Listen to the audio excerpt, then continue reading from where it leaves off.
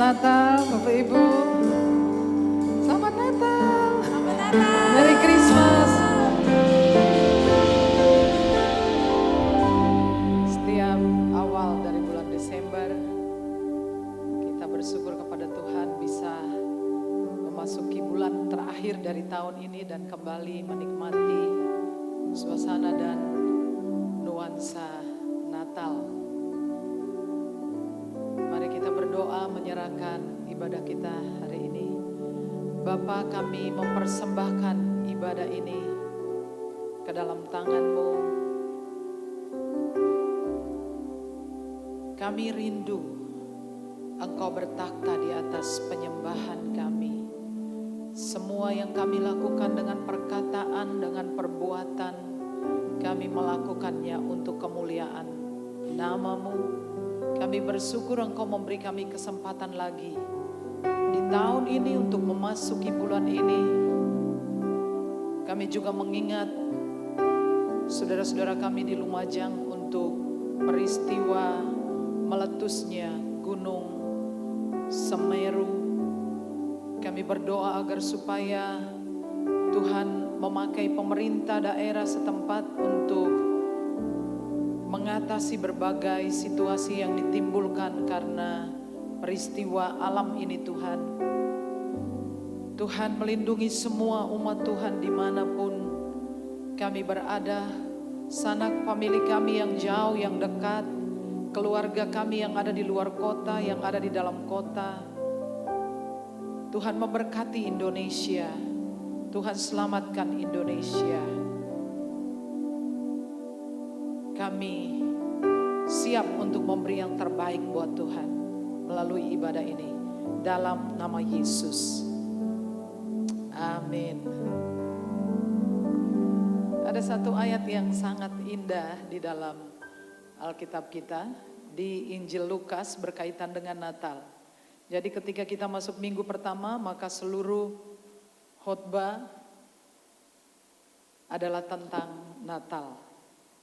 Untuk kesekian kalinya, itu di Injil Lukas pasal 2 ayat 14 ya, kita bisa baca sama-sama 1, 2, 3. Kemuliaan bagi Allah di tempat yang maha tinggi dan damai sejahtera di bumi di antara manusia yang berkenan kepadanya. Jadi saudara mengetahui peristiwa itu adalah ketika para gembala sedang ada di padang Efrata menggembalakan kawanan dombanya di hari ketika Yesus dilahirkan. Mereka dikunjungi oleh para malaikat Tuhan. Ini kunjungan yang sangat istimewa dan luar biasa. Dan gembala-gembala itu melihat penglihatan yang dahsyat sembari mereka mendengar makhluk surgawi yaitu malaikat menyanyikan lagu itu, kemuliaan bagi Allah di tempat yang maha tinggi dan damai sejahtera di atas bumi di antara manusia yang berkenan kepadanya. Jadi saudara-saudara, pada peristiwa yang hebat ini, malaikat menyanyikan sebuah lagu, sebuah nyanyian, dan tema dari lagu itu ada di dalam ayat ini yang merupakan tujuan mengapa Yesus datang ke dalam dunia, yaitu supaya kemuliaan diberikan hanya kepada Allah dan damai sejahtera turun di atas bumi. Amin saudara. Ada sebuah lagu yang sangat indah, lagu yang tua namun sangat menyentuh hati. Lagu ini berbicara tentang kasih Allah yang hebat, kesetiaan Allah yang hebat bagi umatnya.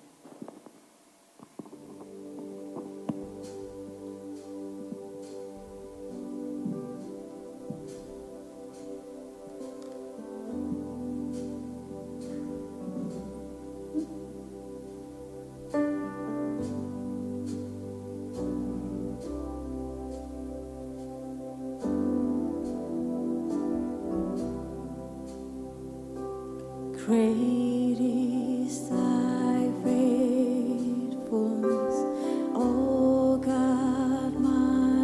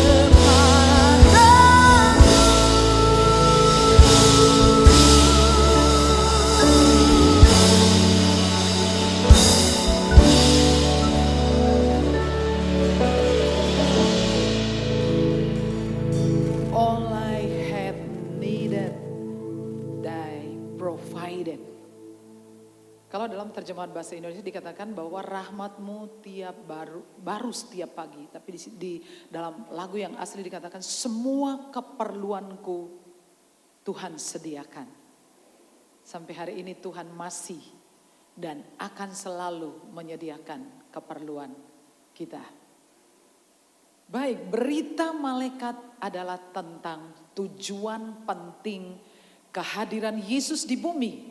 Yaitu agar Tuhan Allah dipermuliakan dan agar manusia di bumi menerima damai sejahtera. Jadi ada dua ya dari pesan lagu itu ya. Jadi lagu yang dibuat itu ada temanya, ada pesan, ada muatannya. Lagunya para malaikat ini penting sekali. Jadi kita mau lihat saudara, ya, tentang tujuan. Jikalau Yesus datang dengan tujuan, maka tujuan Yesus harus menjadi tujuan kita. Setuju? Ya, saya pernah mengatakan kepada saudara sebuah lelucon ketika seorang profesor berdiri depan kelas dan bertanya kepada mahasiswa, apa tujuan hidup kalian? Seorang mahasiswa berdiri dan berkata, kuliah, kerja, kaya, kawin. 4K. Dan profesor menambahkan 1, kuburan. Kuliah, kerja, kaya, kawin, kuburan. Coba lihatin, apakah tidak benar siklus hidup manusia di dunia? Kuliah, kerja, kaya, kawin, kuburan. Tapi apakah sesederhana itu? Apa sesungguhnya tujuan hidup kita? Kita baca kalimat itu ya sama-sama ya. Sebagaimana Yesus hadir datang dengan tujuan untuk kemuliaan Allah dan damai sejahtera di bumi, maka dalam cara yang sama setiap orang percaya menjalani kehidupannya di bumi. Setuju? Amin? Amin? Yakin? Saudara yakin? Sebagaimana ini tujuan Yesus, itu harus menjadi tujuan kita. Karena hidup harus ada tujuan. Kalau tujuannya keliru, sampainya di tempat yang keliru juga, ya kan? Jadi harus punya tujuan. Saudara keluar dari rumah, mau kemana? Mau piknik kemana? Mau berlibur kemana? Ya itu memang harus ada tujuan. Gak mau cuma muter-muter ya. Muter-muter yang gak pernah sampai kemanapun. Kalau kita tujuannya cuma muter-muter ya. Tapi harus ada tujuan ya. Tujuan. Dan tujuan Yesus hadir pada saat lagu itu dikumandangkan. Ada 2 keperluan penting, yaitu pertama untuk mendatangkan kemuliaan bagi Tuhan Allah. Yang kedua adalah membawa damai sejahtera di bumi. Ya. Tujuan hidup kita. Ya, kalau kita bertanya tentang tujuan hidup, mungkin orang akan bertanya, tahu gelap, nggak tahu ya. Tapi kita harus tahu. Sebagai orang percaya kita harus tahu tujuan hidup kita. Ya. Apa tujuan kita? Tujuan hidup kita? Karier, bisnis, uang, pelayanan. Semua itu adalah jembatan. Katakan jembatan. Say yes. Saudara setuju bahwa karier, pekerjaan, pelayanan juga, bisnis, uang, semua itu hanyalah jembatan.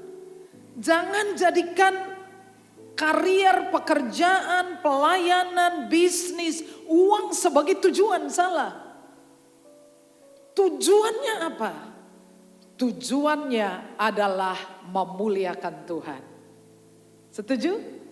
Maka semua yang lain itu adalah jalan, itu adalah jembatan. Dengan jembatan itu kita mencapai tujuan yang Tuhan tetapkan buat saudara dan buat saya, supaya Tuhan dimuliakan. Paulus katakan, entah aku di dalam tubuhku, entah aku di luar tubuhku, aku menyenangkan Tuhan. Artinya bahwa entah aku hidup, entah aku mati, ya Tuhan disenangkan, disukakan, dimuliakan. Jadi jangan dibalik Bapak Ibu ya. Kalau dibalik hasilnya juga dibalik. Hasil terbalik nanti saya tunjukkan berikutnya. Bagaimana caranya kita bisa hidup memuliakan Tuhan. Nah ayat yang saya sudah baca sekitar 2 minggu yang lalu saya masih baca ayat itu. Kita baca 1, 2, 3. Demikianlah hendaknya terangmu bercahaya di depan orang supaya mereka melihat perbuatanmu yang baik. Katakan perbuatanmu yang baik. Lebih keras, perbuatanmu yang baik. Dan memuliakan Bapamu di surga. Jadi apa yang membuat Bapa di surga dipermuliakan adalah perbuatan baik saudara, perbuatan baik saya. Kita semua harus berbuat baik, berbuat benar. Dengan cara itulah Bapa di surga dipermuliakan. Saya sudah mengatakan bahwa bukan dengan melihat mobil saya, bukan dengan melihat rumah saya, bukan dengan melihat baju saya, bukan dengan mendengar saya berbicara, tetapi dengan melihat perbuatan saya, orang harus memuliakan Tuhan. Amin. Jadi betapa pentingnya saudara dan saya memiliki karakter perbuatan yang mencerminkan iman kita. Karena iman tercermin dari perbuatan. Perbuatan kita berbicara tentang apa yang kita percayai. Baca 1, 2, 3. Actions speak louder than words.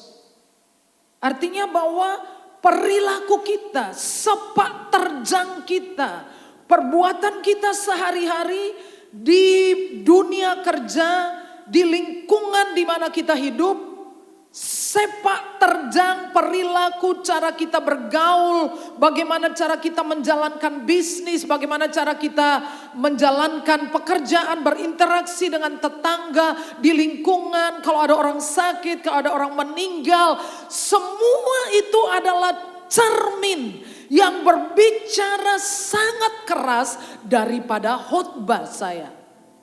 Karena saudara, orang tidak peduli apa yang saya ketahui sampai mereka tahu bahwa saya peduli dengan mereka.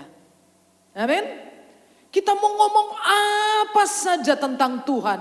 Kita mau bicara tentang khotbah yang hebat. Saya mau berkhotbah dengan berapi-api sampai berteriak, sampai leher saya tegang.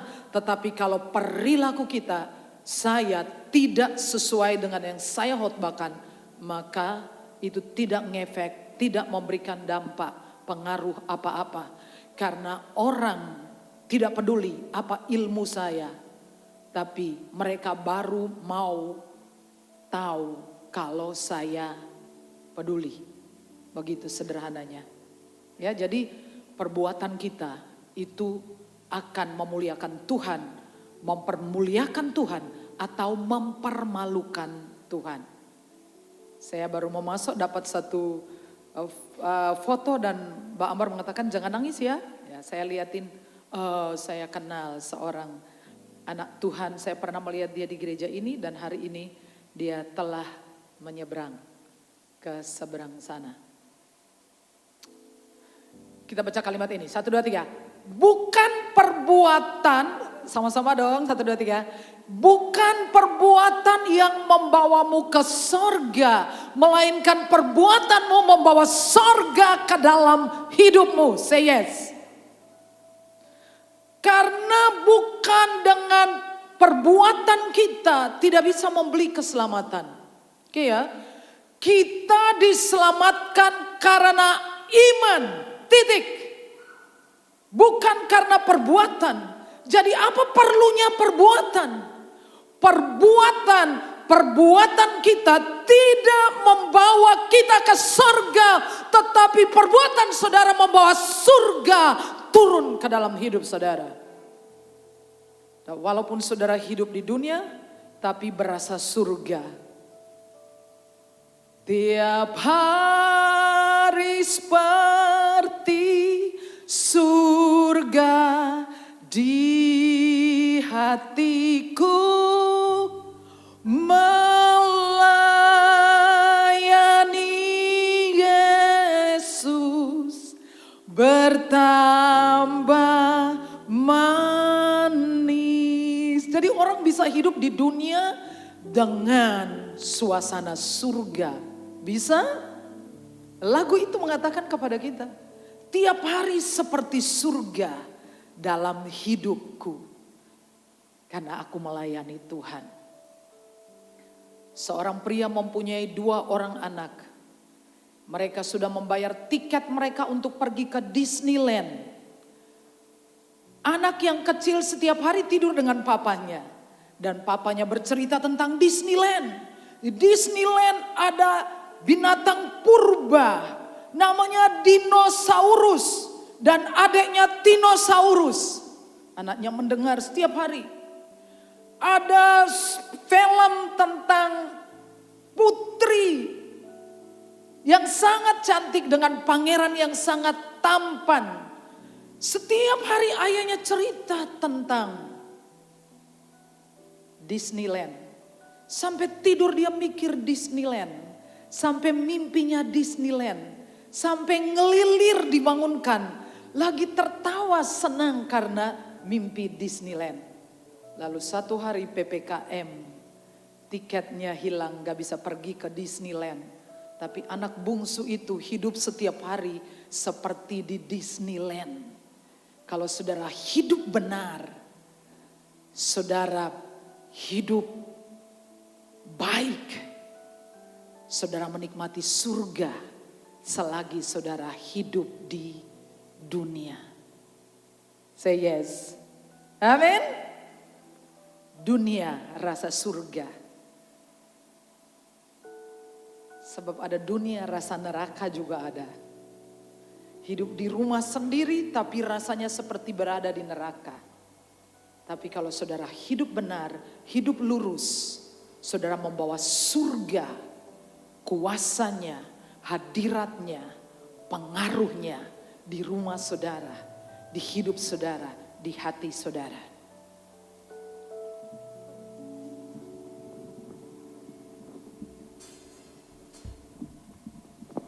Boleh berdiri bersama-sama?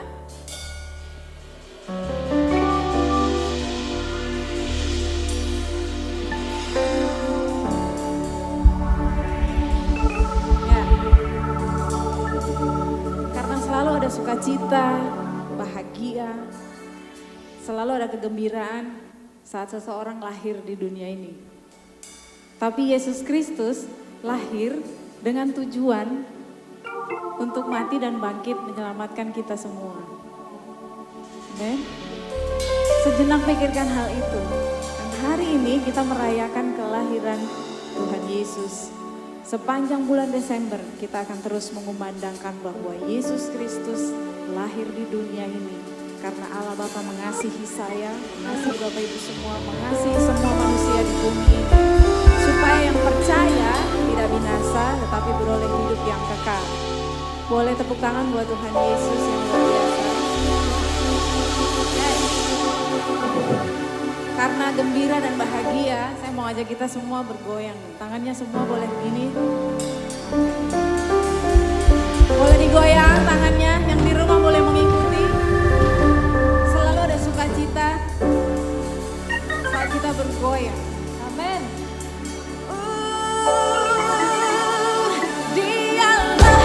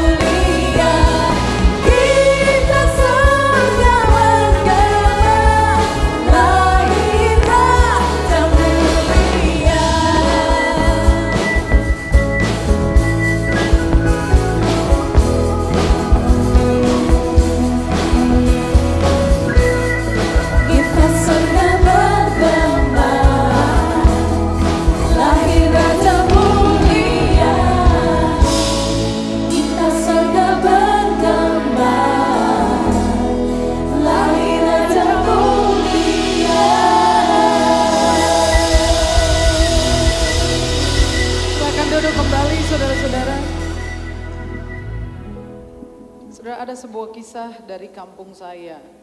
Ceritanya tentang seorang pria namanya Maku.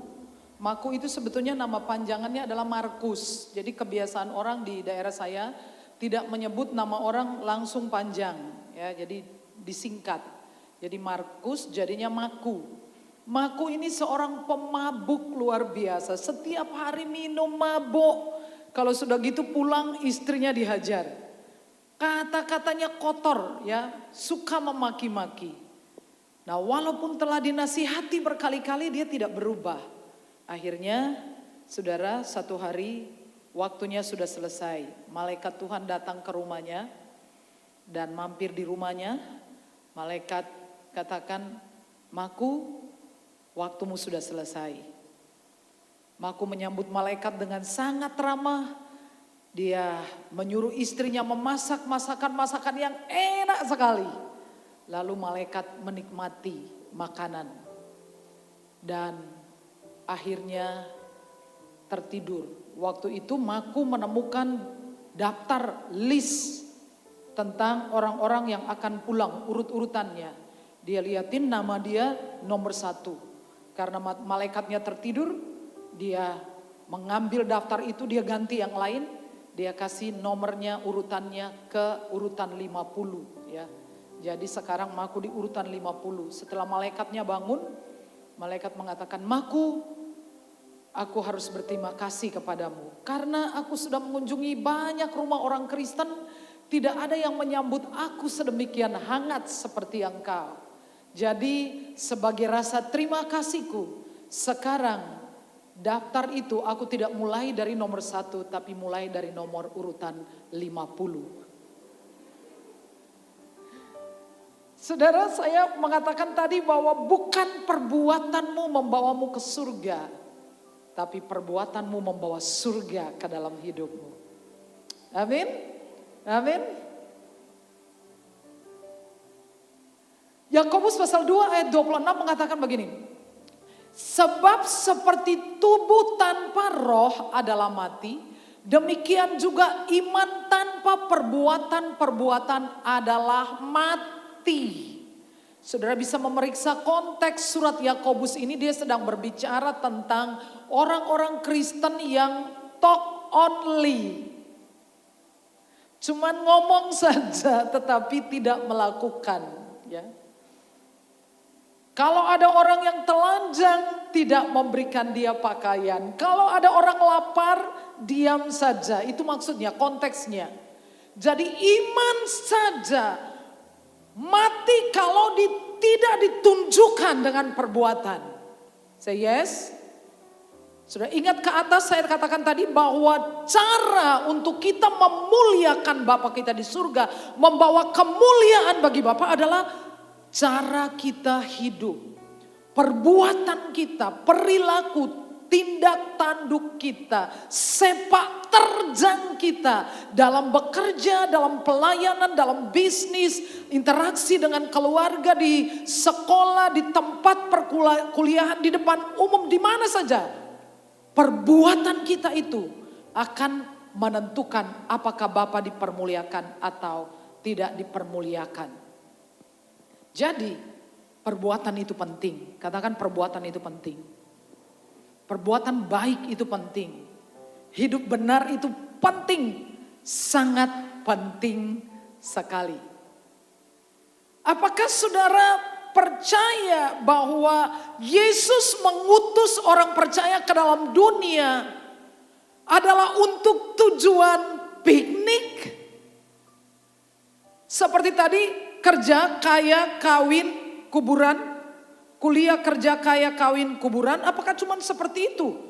Terlalu sederhana untuk kehidupan yang berharga ini. Tidak mungkin hanya sesederhana itu. Dengarkan saudara bahwa Yesus memilih kita sebelum dunia dijadikan. Ia menyelamatkan kita, Ia membayar kita sangat mahal. Bukan dengan tujuan supaya memberikan kita a trip of holiday. Sebuah perjalanan liburan. Bukan. Tetapi ada tujuan supaya melalui hidup saya dan hidup saudara, Tuhan itu dipermuliakan. Kasih tepuk tangan buat Tuhan. Ini bukan piknik saudara. Kita ini adalah duta besar, katakan duta besar. Saudara yakin? Saudara dan saya itu adalah diplomat. Saya tanya saudara, seorang diplomat, katakanlah diplomat, duta besar Amerika untuk Indonesia di Jakarta. Apa yang dia kerjakan? Dia mewakili negaranya, Amerika Serikat, dan membawa kepentingan Amerika. Amin? Halo? Betul? Apakah dia membawa kepentingannya? Enggak. Dia selalu berbicara atas nama pemerintah yang mengutusnya, negara yang mengutusnya. Dan saya tanya lagi, apakah duta besar Amerika untuk Indonesia digaji dengan rupiah? Tidak.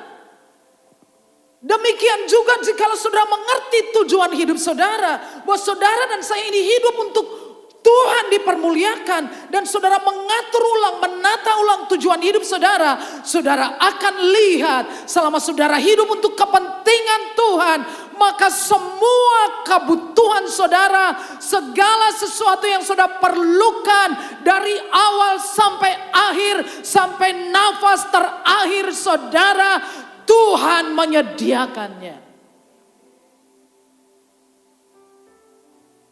Kalau saudara melihat orang membuat anggaran, katakanlah kita membangun gereja. Bagaimana cara orang membuat proposal pembangunan itu? Ya, kebetulan dulu saya bekerja di tempat di mana orang selalu memasukkan proposal yang membutuhkan surat keputusan pengumpulan uang dan barang.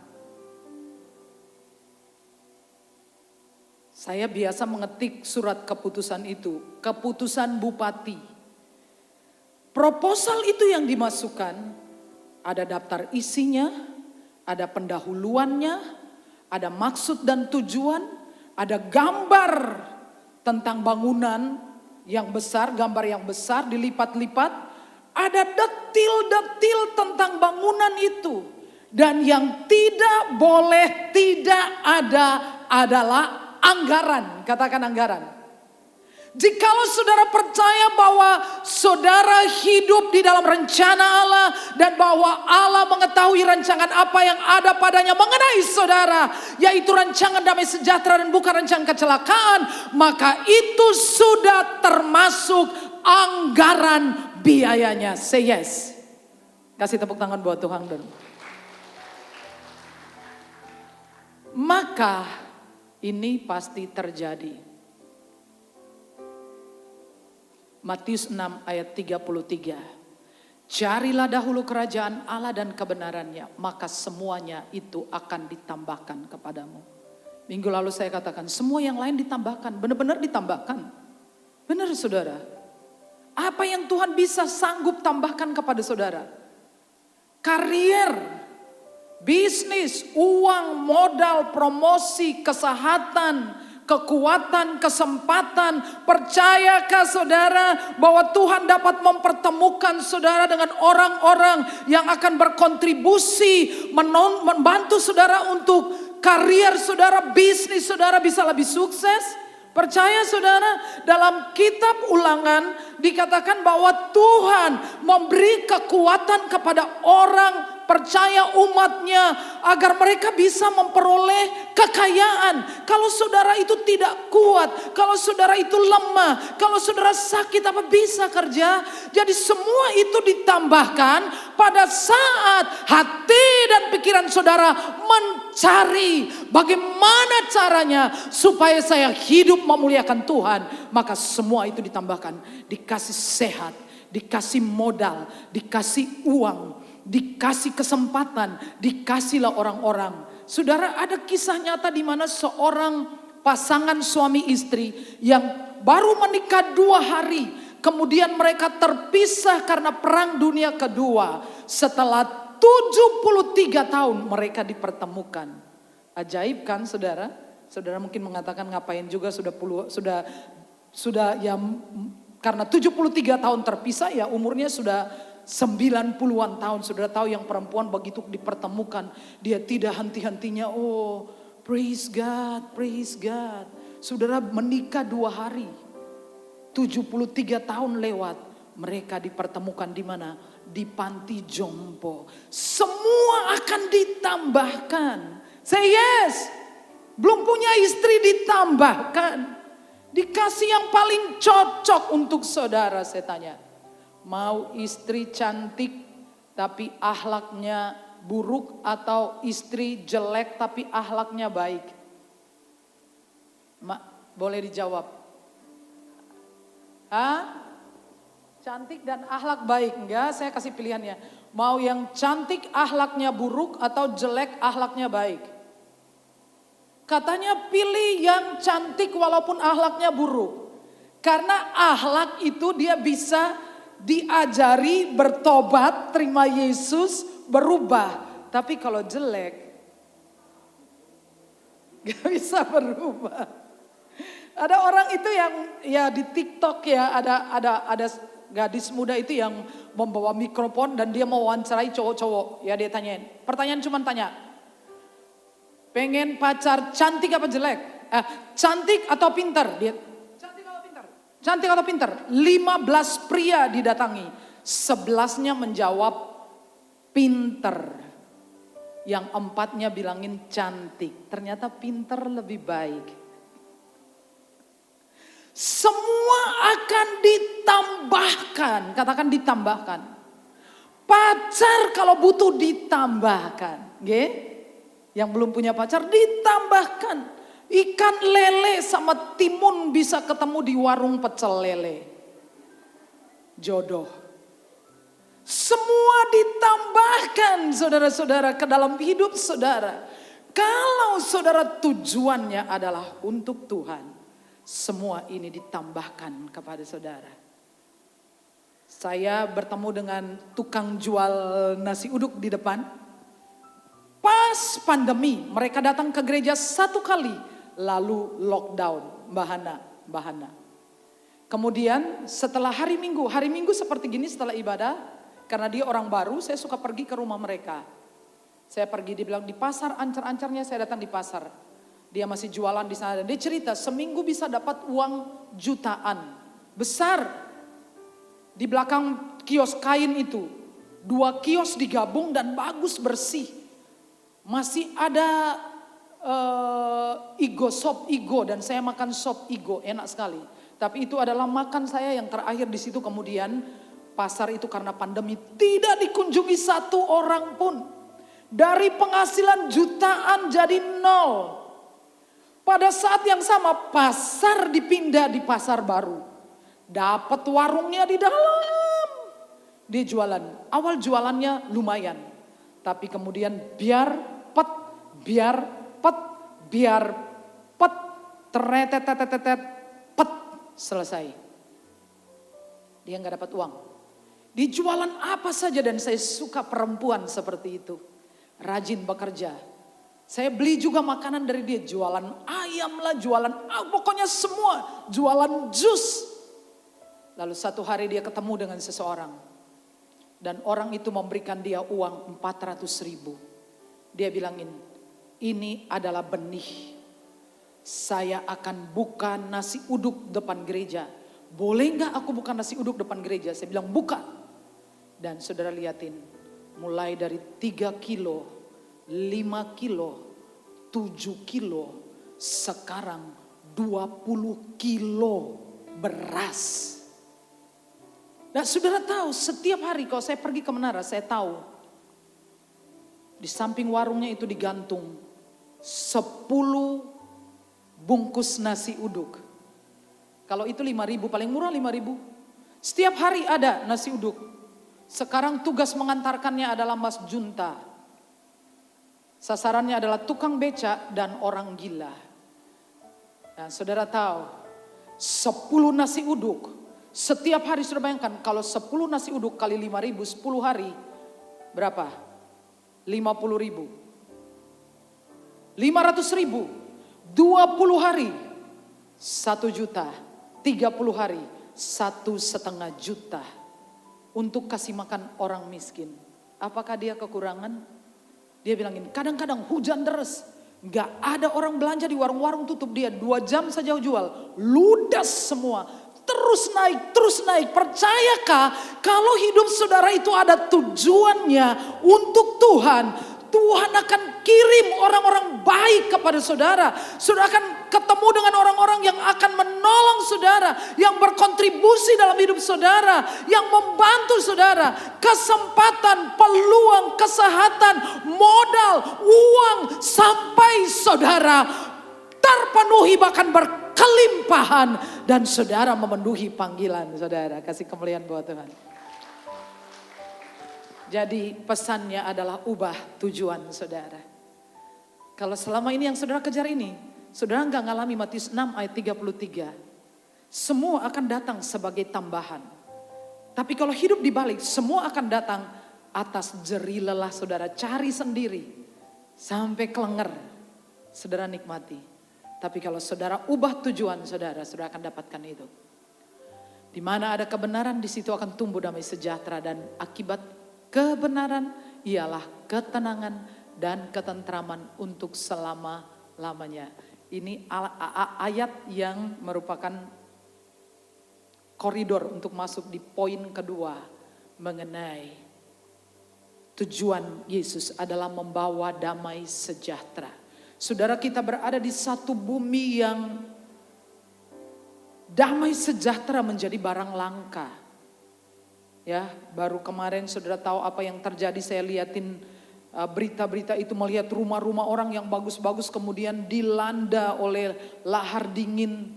Saya berpikir berapa waktu dibutuhkan untuk menjadi bersih. Saya lihat hujan abu jatuh dan saya berpikir mereka tanpa helm, tanpa masker. Berapa banyak partikel debu yang masuk ke dalam melalui hidung dan mulut, dan itu akan bisa menyebabkan sakit. Berapa waktu dibutuhkan pemerintah untuk memulihkan kembali keadaan itu. Orang-orang hidup dengan ketakutan, kekhawatiran, kecemasan. Saudara, banyak orang sekali hari-hari ini mengalami penyakit yang namanya, saya lupa namanya. Namanya apa sih? Panic attack. Serangan panik. Banyak sekali saudara, banyak. Saya punya beberapa pasien yang tanpa alasan tiba-tiba terkejut di tengah malam, kemudian tek, keringatnya keluar. Cemas, apa yang dicemaskan? Cemaskan tentang orang tua saya cemaskan tentang adik saya, padahal adiknya gak apa-apa.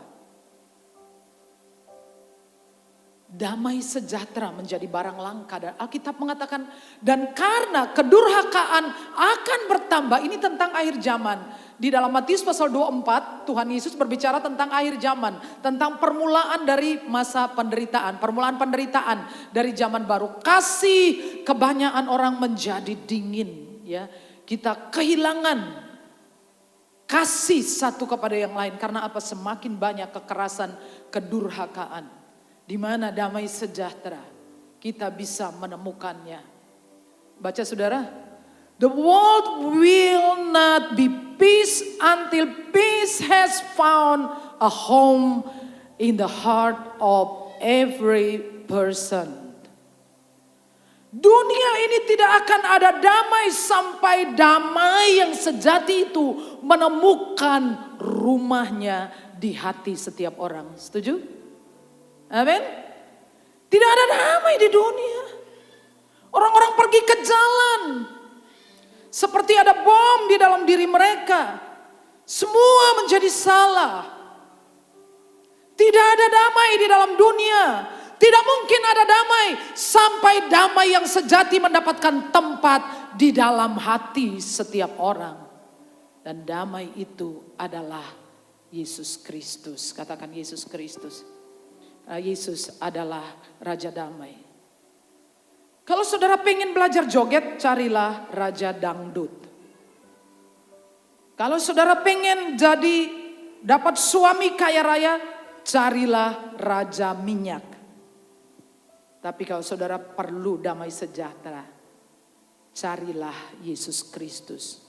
Di mana ada ketakutan, di mana ada kecemasan, di mana ada permusuhan, pertengkaran dalam pernikahan, Situasi-situasi itu hanya membutuhkan kehadiran Yesus sebagai Raja Damai. Amin. Bagaimana kita memiliki damai sejahtera? Kita harus menerima Yesus sebagai Raja Damai. Mustahil ada damai kalau Yesus tidak memerintah di dalam hati kita.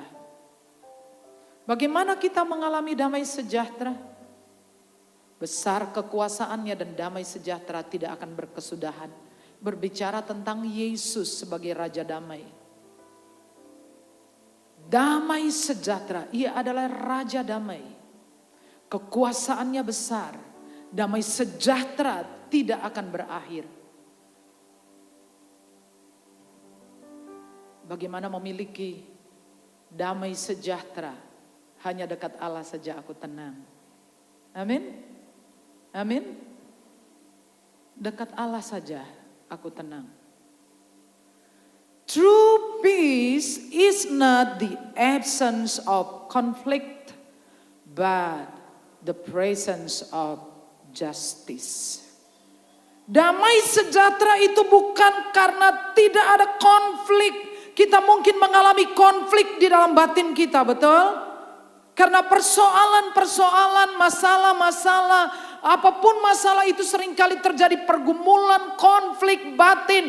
Damai yang sesungguhnya bukan absennya konflik, tetapi dengan kehadiran Allah Yesus Kristus, kebenaran, keadilan ada di dalam hati kita, kita bisa damai. Damai yang sejati itu yang menyebabkan Petrus tertidur nyenyak, padahal besok dia akan dihukum pancung. Dia tidur nyenyak. Damai sejahtera itu yang menyebabkan Yesus tertidur di buritan walaupun badai mengamuk. Damai sejahtera itu yang menyebabkan Yesus melangkah ke salib dan mengabaikan semua kehinaan. Tidak ada komplain. Alkitab mengatakan dia tidak mengancam. Walaupun dia diancam, tidak mengancam. Ia pergi dengan damai sejahtera di atas kayu salib. Dan di hari-hari terakhir sebelum dia pergi, dia katakan, damai sejahtera kuberikan kepadamu. Damai sejahteraku, my own peace. Damai sejahtera Tuhan yang tidak tergantung kepada keadaan, kondisi, situasi. Boleh saja ada tekanan, ada persoalan, ada khawatir yang menyebabkan engkau takut. Tapi damai sejahtera Tuhan memelihara hati dan pikiran saudara. Nah, Paulus selalu berdoa dalam surat-suratnya. Damai sejahtera Allah yang melampaui akal manusia akan memelihara hati dan pikiran saudara di dalam Kristus Yesus. Ada masalah oke. Ada kesulitan oke. Tapi juga ada damai sejahtera. Bagaimana kita mendapatkan damai sejahtera? Mazmur 62 ayat 2 dan 3. Hanya dekat Allah saja aku tenang. Bagaimana kita mendapatkan damai sejahtera? Saya enggak tulis di situ. Jika kita memandang wajah Tuhan, kita dapat damai sejahtera. Itu doanya berkat yang Musa. Tuhan memerintahkan Musa berbicara kepada Harun. Berkatilah orang Israel seperti ini. Kalau kamu memberkati mereka, katakanlah Tuhan memberkati engkau dan melindungi engkau. Tuhan menyinari engkau dengan wajahnya dan memberi engkau kasih karunia. Tuhan menghadapkan wajahnya kepadamu dan memberi apa? Damai sejahtera. Selalu berkata kepada Tuhan, sinari aku dengan wajahmu, sinari aku dengan wajahmu dan damai sejahtera. Kita adalah anak Tuhan. Kita adalah diplomat, kita adalah utusan dari sebuah kerajaan yang maha kuasa untuk membawa kemuliaan, kehormatan kepada Raja di atas segala raja, melalui perbuatan kita, perilaku kita. Dan pada saat yang sama kita membawa damai sejahtera di atas bumi.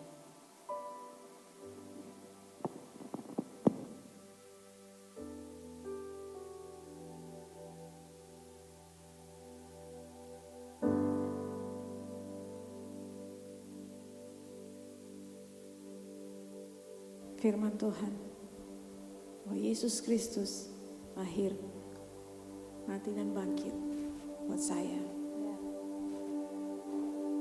buat kita semua, buat yang di rumah, buat semua orang. Tuhan mengasihi semua manusia dan tidak ingin ada yang terhilang. Pada waktu Yesus menjalani tujuan kehidupannya, dia memikirkan Bapak Ibu Saudara, dia memikirkan semua umat ciptaannya. Saya beri waktu sejenak, kita ucapkan terima kasih Tuhan buat cinta dan kasih Tuhan yang tidak bergantung pada kondisi. Damai sejahtera yang sama, ketenangan yang sama. Tuhan curahkan, Tuhan berikan dalam hati dan pikiran kita semua.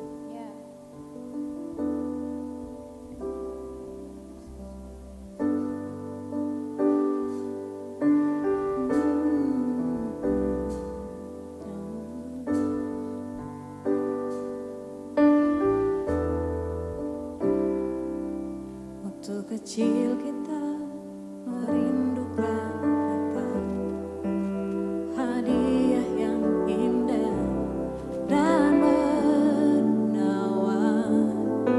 Namun tak menyadari seorang bayi telah lahir, bawa keselamatan untuk manusia.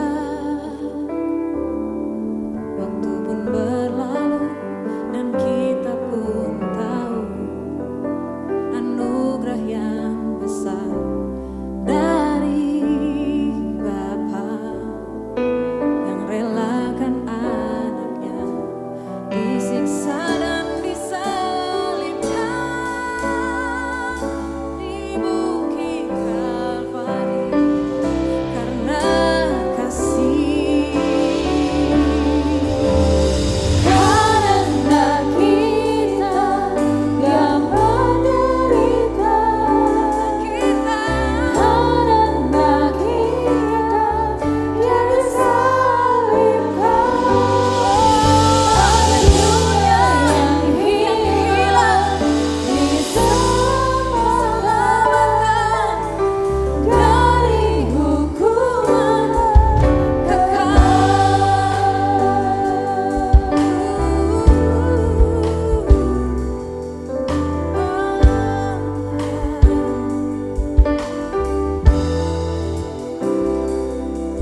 Waktu pun berlalu dan kita pun tahu anugerah yang besar dari Bapa yang relakan anaknya disiksa dan disalibkan di bukit Kalvari karena kasih. Karena kita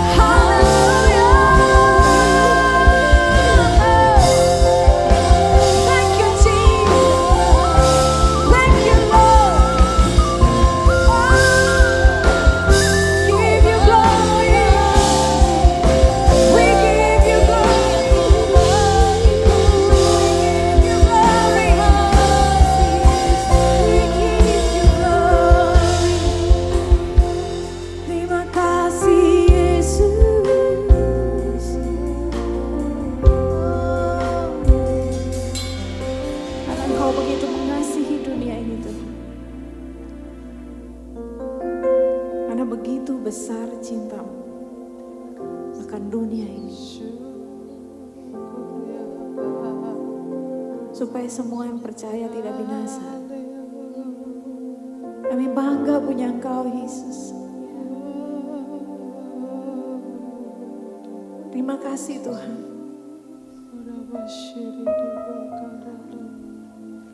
Terima kasih ya Bapa.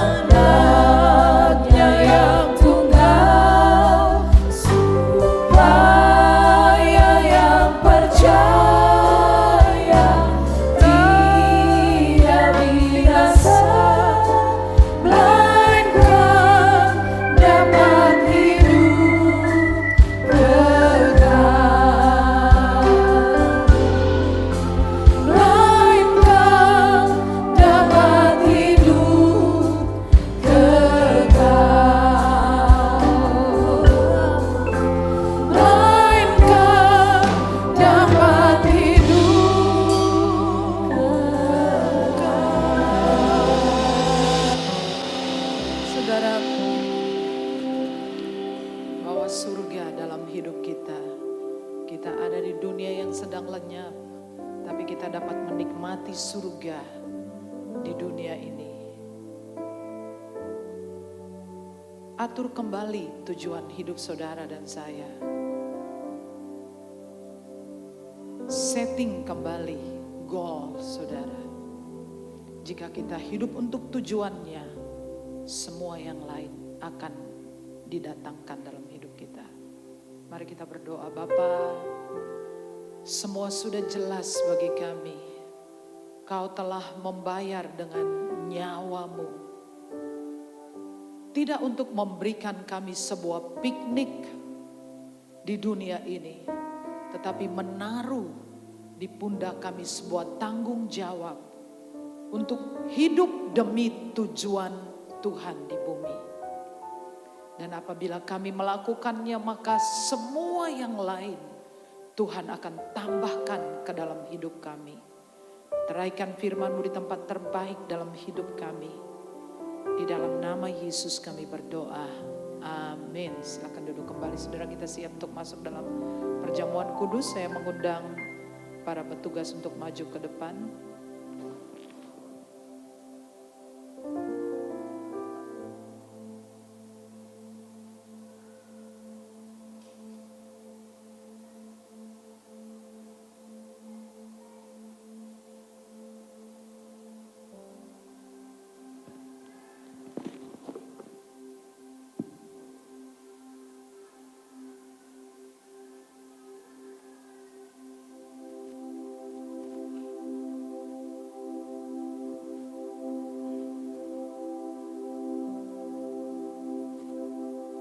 Mari kita berdoa.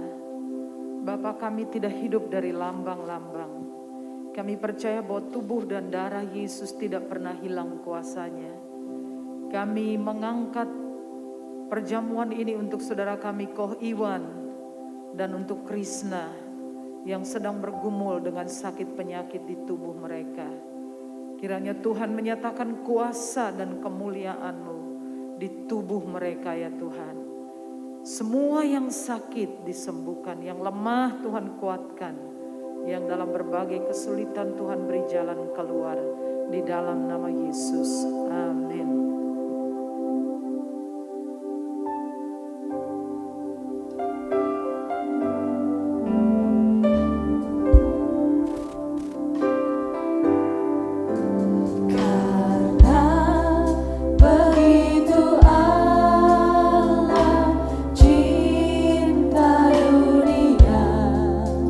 Hingga diberikannya anak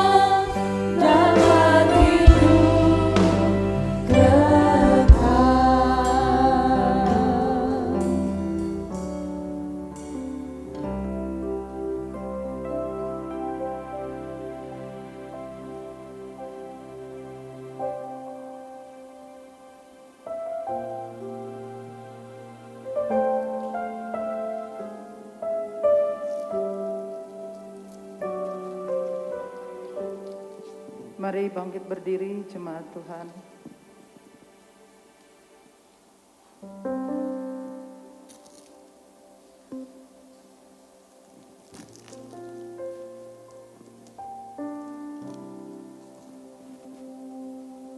Angkatlah roti dengan tangan kanan saudara. Sebab apa yang telah aku teruskan kepadamu telah aku terima dari Tuhan, yaitu bahwa Tuhan Yesus pada malam waktu ia diserahkan mengambil roti dan memecah-mecahkannya, lalu berkata, "Inilah tubuhku yang diserahkan bagi kamu, perbuatlah ini menjadi peringatan akan aku." Dalam persekutuan dengan tubuh Tuhan Yesus, marilah makan dalam nama Yesus.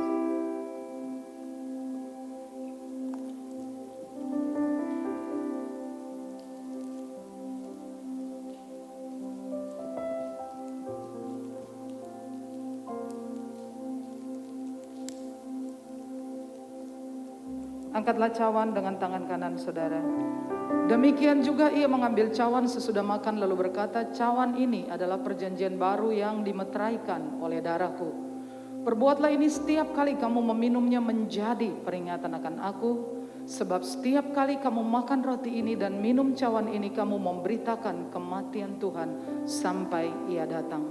Untuk kesembuhan segala penyakit di tubuh saudara, untuk kesehatan ilahi, untuk perlindungan jasmani dan rohani, semua berkat yang Tuhan janjikan untuk kita, minumlah dalam nama Yesus.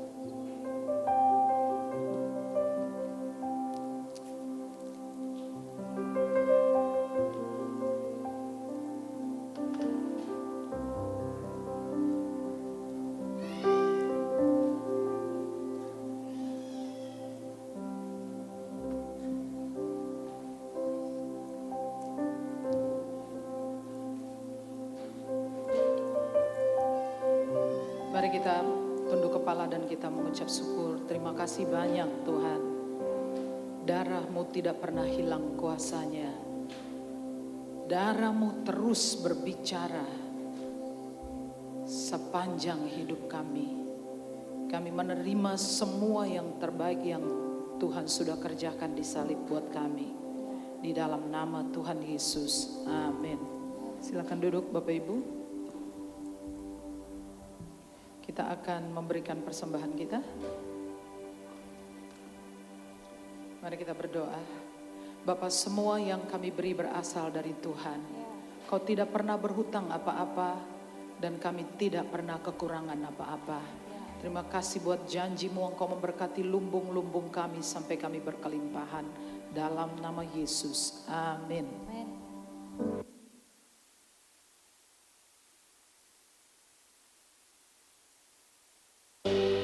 Haleluya. Syukur kami naikkan kepadamu Bapa, Allah yang besar, Allah yang kami hormati. Terima kasih buat anugerah-Mu dan kasih-Mu yang tak pernah berhenti-hentinya. Seperti air yang terus mengalir dan tak pernah berhenti. Itulah rahmat-Mu yang kami kagumi. Tuhan Yesus, sumber pertolongan kami, pengharapan kami. Terima kasih untuk kebaktian hari ini, untuk firman-Mu yang begitu indah menjadi rema dalam kehidupan kami. Kami diyakinkan, kami dikuatkan untuk hidup dengan tujuan memuliakan nama Tuhan. Amin. Tuhan Yesus, saat ini kami menaikkan doa syafaat kami bagi bangsa kami ya Tuhan. Berkati para pemimpin kami, Bapak Jokowi, Wakil Presiden ya Tuhan. Berkati program-programnya, berkati visi-visinya ya Tuhan. Sehingga bolehlah menjadikan kemajuan di negeri ini. Ya Tuhan, kami berdoa ya Tuhan untuk Indonesia ya Tuhan. Di daerah Lumajang yang dimana Tuhan izinkan sesuatu terjadi. Gempa bumi terjadi ya Tuhan. Kami percaya kuasa-Mu nyata ya Tuhan. Kami percaya Engkau hadir menolong negeri ini. Engkau mencintai negeri ini ya Tuhan. Kami percaya ya Tuhan Engkau membuka jalan. Berkati mereka yang tidak berdaya Tuhan dengan pertolongan-Mu. Tuhan, kami membutuhkan ya Tuhan pengharapan yang kuat agar Tuhan benar-benar hadir dan menjamah setiap insan sehingga mereka percaya. Terima kasih buat pengorbanan-Mu di negeri ini ya Tuhan. Tuhan, kami juga berdoa ya Tuhan buat relawan yang membantu ya Tuhan. Biarkanlah boleh bersatu padu ya Tuhan untuk mengatasi segala bencana di negeri ini. Tuhan, kasih dan anugerah-Mu ya Tuhan. Kami percaya Tuhan memulihkan negeri ini ya Bapa. Tuhan Yesus, saat ini kami juga berdoa untuk virus dengan varian-varian yang baru ya Tuhan. Tuhan luputkan dari negeri ini. Indonesia Tuhan lindungi Bapa.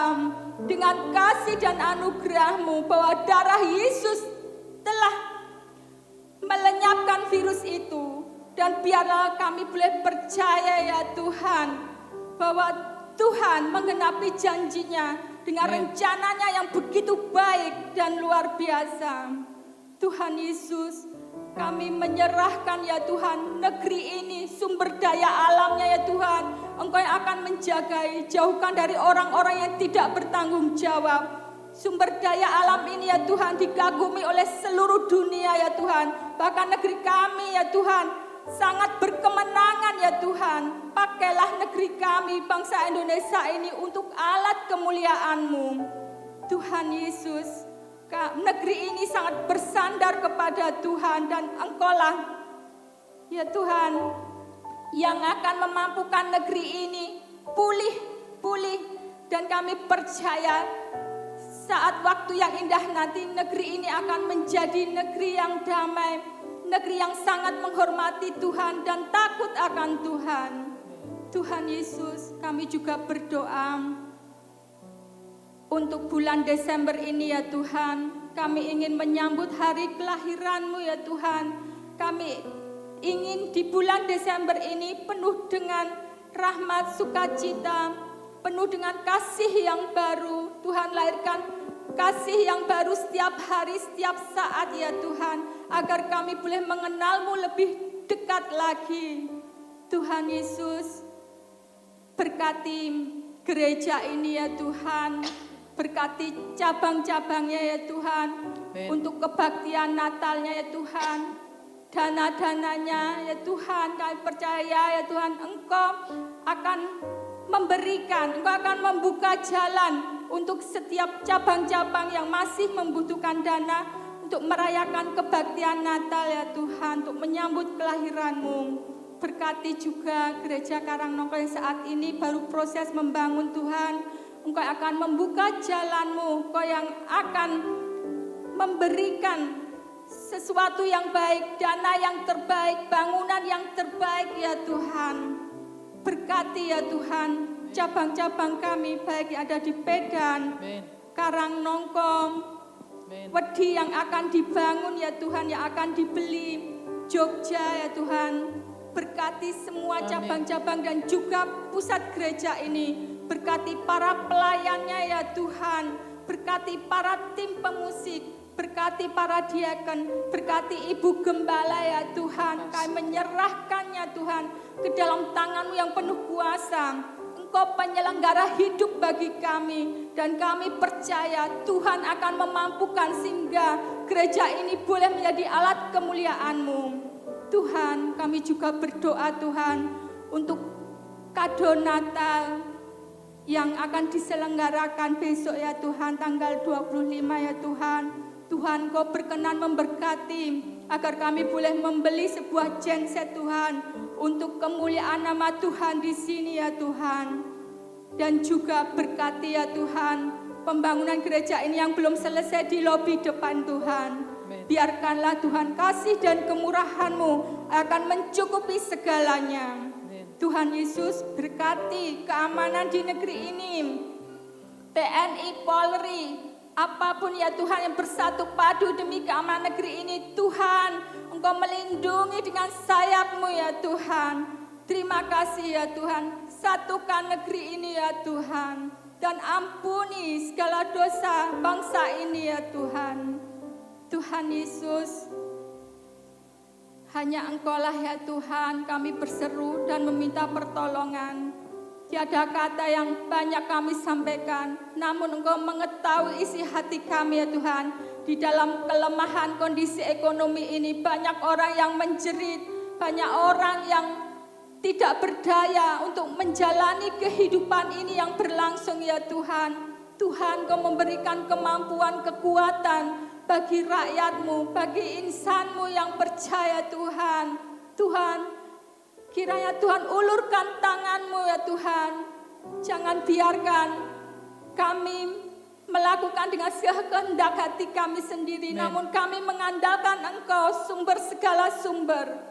Tuhan, Amen. Engkau akan mendengar cerita kami jikalau kami percaya dengan iman kami. Tuhan membuka suatu berkat di negeri ini tercurah. Tuhan Amen. memberikan negeri ini kemenangan yang berlimpah-limpah. Negeri ini menjadi saksi-Mu di dunia ya Tuhan. Kami percaya di dalam nama Tuhan Yesus Kristus. Dengarkanlah suara permohonanku ini ya Tuhan.